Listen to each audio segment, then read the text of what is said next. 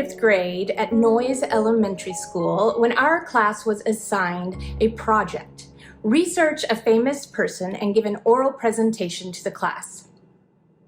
I chose Clara Barton to be my noteworthy person. I don't know how.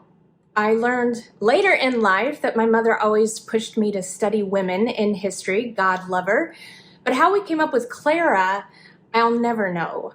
According to the Red Cross website, she is one of the most honored women in American history. But I don't ever recall being interested in nursing or nonprofits or war. The story of me studying Clara Barton is a fabled Pittman story that pops up every once in a while at Christmas for some button bursting or jovial back-smacking or eye-rolling or whatever reception the dueling pride and embarrassment of this story elicit at the moment. Because I was a child of Michael Pittman, esteemed theater and debate coach. And a child of Michael Pittman's doesn't just give an oral presentation on a historical figure. She becomes that historical figure. Yep, I went full on into the life of Clara Barton. I dressed in costume. We created a nuanced context of letter writing to my, Clara's, family at home, disclosing the realities of my labor and learning that the little Anne had done in studying me as a diligent fifth grader. I, as Clara, started the letter at my desk, quill in hand. I stood to recite the middle arcing narrative and ended my presentation back at my desk where I signed the letter, yours, Clara Barton. It was a masterpiece. My presentation was a family affair. I had a director, a costumer, an audience, a critic, and a little preteen, pre-diva attitude. Publicly appalled to have to take acting direction from her father, but privately thrilled to have so easily earned an A from her teacher. My career path was set, and it had absolutely nothing to do with Clara Barton. Why am I telling you this? The other formative memory I have of this class project was not only how hard my whole entire family worked to get me an A, not only how hard my parents worked to instill creativity and a love of rhetoric into a young child, not only how I was so difficult to direct that my father wouldn't cast me as the lead in one of his shows for another 11 years. No. The other formative memory I have of this class project is that it taught me about war. And it taught me that humans are ridiculous. Let me explain. As a child, I was, and still am in many cases, very naive, gullible, credulous, literal, I don't really know the right word to describe it, innocent maybe? 2 + 2 = 5. Still does, I think. My universe was the Earth, the Sun, 9 planets, and the stars. The theory of relativity had yet to be introduced to young Anne. Time was normal, with the exception of the poor kids who in the 4th grade were only 2 years old because their birthdays fell on leap year. In elementary school in the 80s, gender consisted of boys and girls and tomboys and gay men who did theater. Life was not yet nuanced. For example, if you wanted to be a witch for Halloween, you put on a black dress and bought a pointy hat, grabbed a broom and painted your face and hands green. If you bought white paint instead and everyone thought you were a mime, that's on you. If you wanted to take first place at the National Spelling Bee, you memorized words, read books, studied the spelling bee booklet. Over and over again, you spelled words at the dinner table, much to everyone's disgust or delight. So if you spelled a word wrong and were disqualified, that's on you. If you want to win at hide and seek, you find the best place in the house or yard, and you secretly pray that your friends and family don't get bored looking for you. If you want to win the swimming game Marco Polo, you put on your best listening ears and don't forget to call fish out of water. If you want to win at slapjack, you better get your hand poised and ready to slap. You dress and rehearse and play to win. So it was very startling to me to learn that there are nurses in war. I was further baffled that the nurses were allowed out onto the battlefield to tend to the wounded. And not only were they allowed to go out there, but the other side wasn't allowed to shoot them. Nurses were neutral, and it was against the rules or illegal or unethical or something to kill them or something. Let me explain. From day one, children are taught to compete, to do our best, to win. And if we're from the United States, we're taught to do that no matter what the cost or who we step on along the way.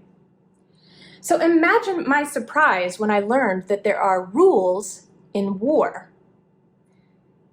In war, we are literally killing one another, the worst of all things possible. How could there be rules? But apparently some people get passes, even if they're on the opposing team. I remember asking my grade school teacher incredulously, why didn't the Confederate soldiers just shoot Clara if they wanted to win? Oh, little Anne, bless your heart. If the goal is to become a witch, you put on the green paint. If the goal is to be a champion speller, you memorize the words. If the goal is to win at kid games, you hone your hiding and listening and table slapping skills. But if you want to win a war, you can't just kill anyone. You can only kill certain people. Imagine what it sounds like to a kid who doesn't quite understand death or ethics or competition yet. It's okay to shoot, stab, or blow up with a cannon, but only if they're really bad people are standing up and are wearing a certain color. I mean, they taught us that war was wrong and war was bad, but sometimes you have to go to war if it's a good cause. So it's okay that chess or Old Maid or red light, green light has rules, but when it comes to good and evil, there shouldn't be rules. If you have to be bad to make things good happen, then you should be bad to make sure you win. Take out the nurses on the field, capture the villains, blow up the medic's tent and the supply tent and the food tent. I don't know, do what it takes to win. If you're going to be bad to be good, be bad. Turns out that what I thought was war was actually guerrilla warfare, and it turns out that guerrilla warfare is illegal. Do I sound stupid? Or unwoke? Or just really naive? Well, war is stupid. Look at the story of Les Miserables, created for and centered on an historical event. Losing the lives of men and children and women for a 6-day war that accomplished nothing. What a waste. Classmates whose dad missed their teenage years because of a war in the Middle East. An entire generation with PTSD because of Vietnam. People flying Confederate flags because they lost a war 200 years ago and they're still mad they can't own other people. War is unwoke. It's okay to shoot, stab, and blow up people with a cannon, but only if they're standing up and wearing a certain color. Winning is important, but so is winning with dignity. It's always best to be the most courteous shooter in the group. There are rules in war. There is civility in war. And this is one of the many reasons I am anti-war. If we can be civil enough to not kill nurses and only kill men and women in costumes, then we can be civil enough to work out our problems without going to war. Right? Do you see why at a young age I thought war was stupid? In the original book, the stage musical, and the extremely mediocre film, Les Miserables, we follow the story of Jean Valjean. He stole a loaf of bread to help feed his sister's starving family. He is arrested, convicted, incarcerated, and escapes, rendering himself a criminal again. But after an encounter of pure grace, understanding, and forgiveness from a Catholic priest, Jean Valjean sets himself on the path of righteousness. In other words, he spends the rest of his life making things right. As Danny Kellogg mentioned last week in his sermon, Jean Valjean explains on his deathbed that to love another person is to see the face of God. And this experience is the antithesis of war, which teaches us we can dehumanize an entire nation, an entire race even, make them monsters in our heads. And in doing this, by God, we render ourselves capable of doing the unthinkable, slaughtering a fellow human. Victor Hugo, the man who wrote Les Mis, told his publisher, "My book is for the republics that harbor slaves as well as empires that have serfs. Social problems go beyond frontiers.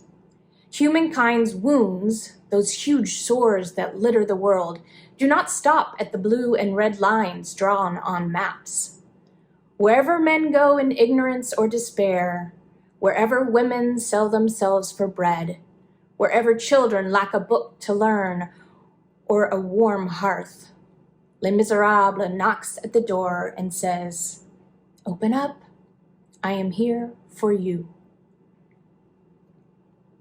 In Act 1, Jean Valjean becomes the adopted father of a girl he rescues from abusive innkeepers after her own mother died from the natural consequences of prostitution and starvation.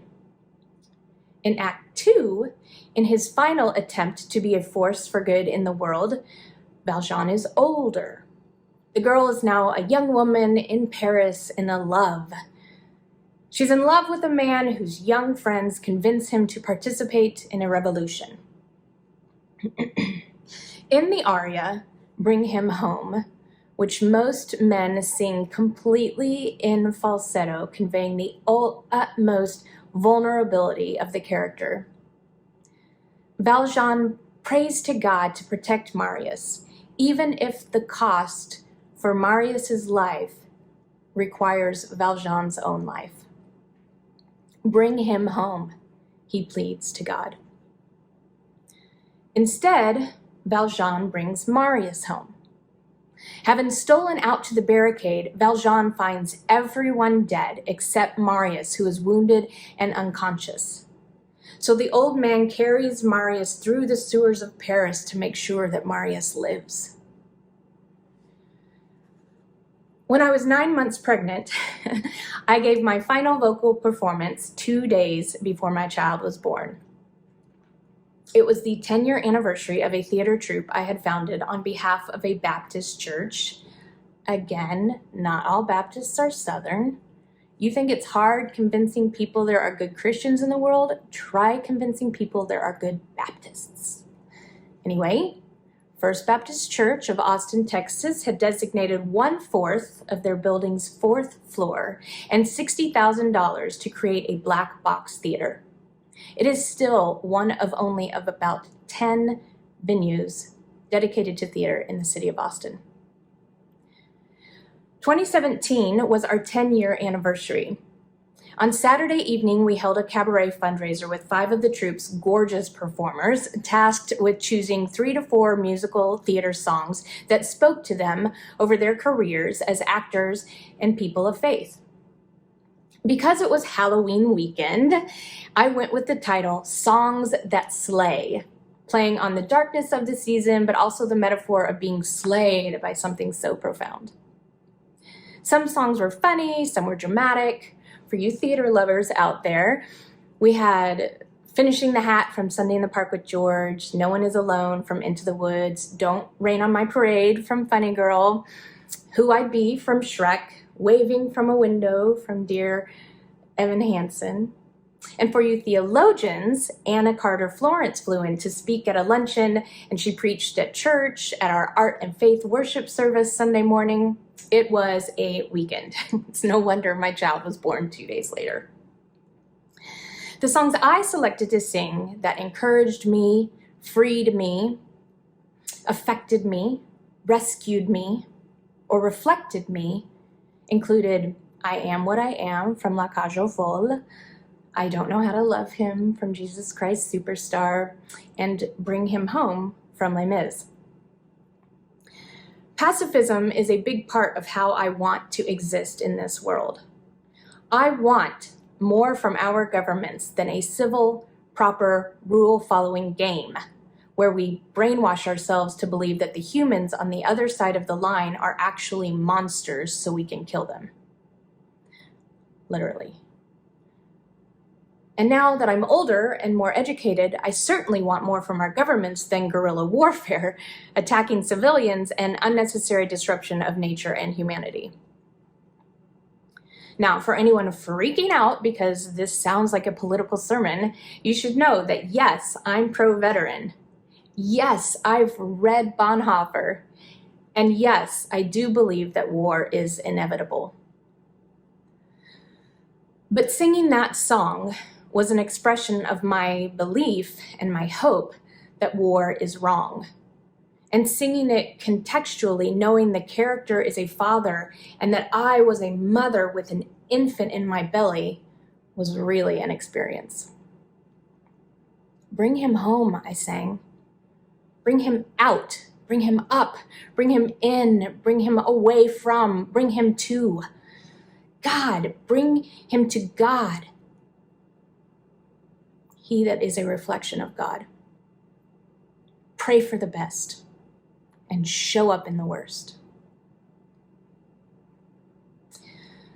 It's my pleasure and my struggle to do this every single day.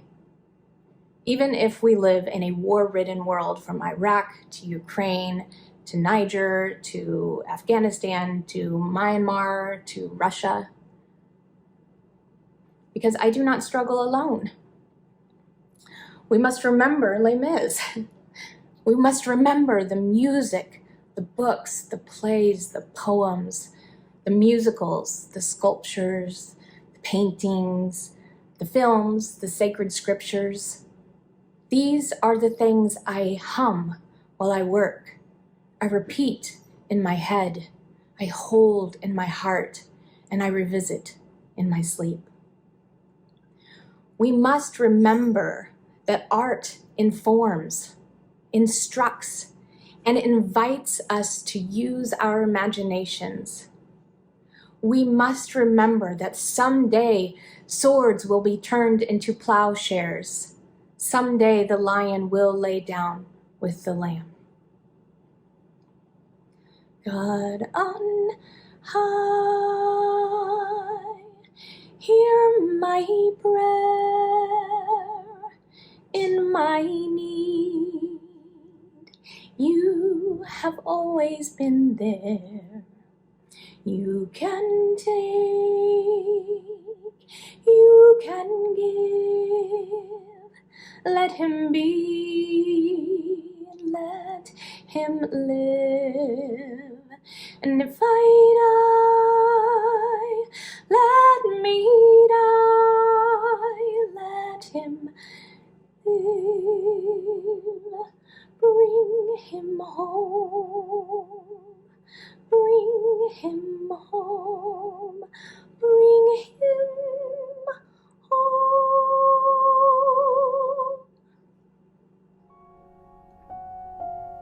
Amen.